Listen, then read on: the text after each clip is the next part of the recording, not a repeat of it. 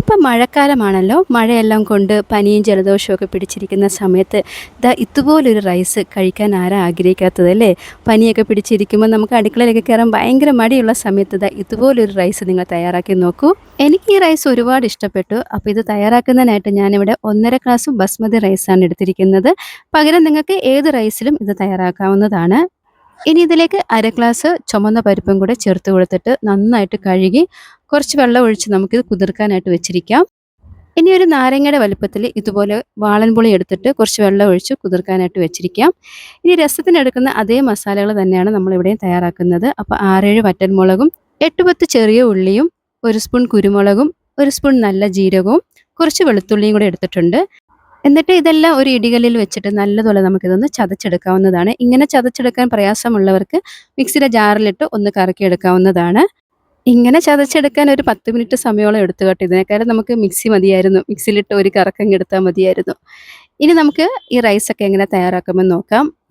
നമ്മളിതിവിടെ തയ്യാറാക്കുന്നത് കുക്കറിലാണ്. അപ്പോൾ ചൂടായ കുക്കറിലേക്ക് 1.5 ടേബിൾ സ്പൂൺ നെയ്യ് ഒഴിച്ചു കൊടുക്കാം. ഇനി ഇതിലേക്ക് കടുക് ഇട്ട് കൊടുക്കാം. അല്പം കറിവേപ്പിലയും കൂടെ ചേർത്ത് കൊടുത്തിട്ട് നമ്മൾ ചതച്ച് വെച്ചിരിക്കുന്നതായ മസാലക്കൂട്ടുകൾ ഇട്ട് കൊടുക്കാം.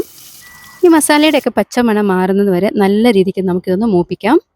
എന്നിട്ട് ഇതിലേക്ക് ഒരു തക്കാളി ചെറുതായിട്ട് അരിഞ്ഞതും കൂടെ ചേർത്ത് കൊടുത്തിട്ട് വീണ്ടും നമുക്ക് നന്നായിട്ട് ഇതൊന്ന് വഴറ്റി കൊടുക്കാം.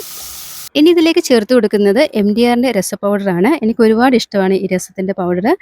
അപ്പോൾ ഞാൻ ഇതാണ് ഇവിടെ ചേർത്ത് കൊടുക്കുന്നത്. അപ്പോൾ 2 ടേബിൾ സ്പൂൺ രസ പൗഡർ ഇട്ട് കൊടുക്കാം. കൂടെ തന്നെ ഇതിലേക്ക് അല്പം മഞ്ഞൾപ്പൊടിയും കൂടെ ചേർത്ത് കൊടുത്തിട്ട് വീണ്ടും നമുക്ക് നന്നായിട്ട് ഇതൊന്ന് ഇളക്കി യോജിപ്പിക്കാം. മസാലയുടെ പച്ചമണമെല്ലാം ഒന്ന് മാറി ഈ ഒരു രീതിയായി വരുമ്പോഴത്തേക്കും നമുക്ക് കഴുകി വെച്ചിരിക്കുന്നതായ റൈസ് ചേർത്ത് കൊടുക്കാം. എന്നിട്ട് റൈസ് എടുത്ത അതേ ബൗളിലേക്ക് 2 ബൗള് വെള്ളമാണ് ഒഴിക്കുന്നത്. ഇനി ഇതിലേക്ക് പുളിയുടെ വെള്ളവും ഇതിനാവശ്യമായിട്ടുള്ള ഉപ്പും കൂടെ ചേർത്ത് കൊടുത്തിട്ട് കായത്തിൻ്റെ പൊടിയാണ് ഈ സമയമാണ് നമ്മൾ ചേർത്ത് കൊടുക്കുന്നത്. കായം നേരത്തെ നമ്മൾ കായത്തിൻ്റെ പൊടി ഇട്ട് കൊടുക്കത്തില്ല. എന്നിട്ട് നമ്മൾ നല്ലതുപോലെ മിക്സ് ചെയ്തിട്ട് ഇത് അടച്ചു വെച്ച് ഒരു 3 വിസിൽ വരുന്നത് വരെ നമുക്കിതൊന്ന് വേവിക്കാനായിട്ട് വെക്കാം. കുക്കർ നല്ലതുപോലെ തണുത്തതിന് ശേഷം ഇതിൻ്റെ അടുപ്പ് തുറന്ന് നമുക്ക് നോക്കാം. ഇപ്പം നമ്മുടെ റൈസ് ഇവിടെയൊക്കെ നല്ലതുപോലെ റെഡി ആയിട്ടുണ്ട്. ഇതിലേക്ക് നമുക്ക് കുറച്ച് വെള്ളം കൂടെ ചേർത്ത് കൊടുത്തിട്ട് നന്നായിട്ട് നമുക്കിതൊന്ന് മിക്സ് ചെയ്ത് കൊടുക്കാം.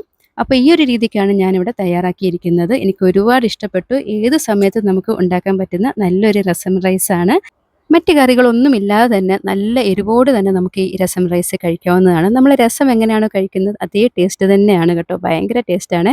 എനിക്ക് ഒത്തിരി ഇഷ്ടപ്പെട്ടു. ഈ റെസിപ്പി ഇതുവരെ നിങ്ങൾ തയ്യാറാക്കിയില്ല എന്നുണ്ടെങ്കിൽ ഒന്ന് തയ്യാറാക്കി നോക്കൂ. വീഡിയോ ഇഷ്ടപ്പെടുക എന്നുണ്ടെങ്കിൽ ലൈക്കും കമൻറ്റൊക്കെ ചെയ്ത് സപ്പോർട്ട് ചെയ്യാനൊന്നും മറക്കരുത്. പുതിയൊരു വീഡിയോ കാണുന്നവരെയും ദൈവം എല്ലാവരെയും അനുഗ്രഹിക്കട്ടെ.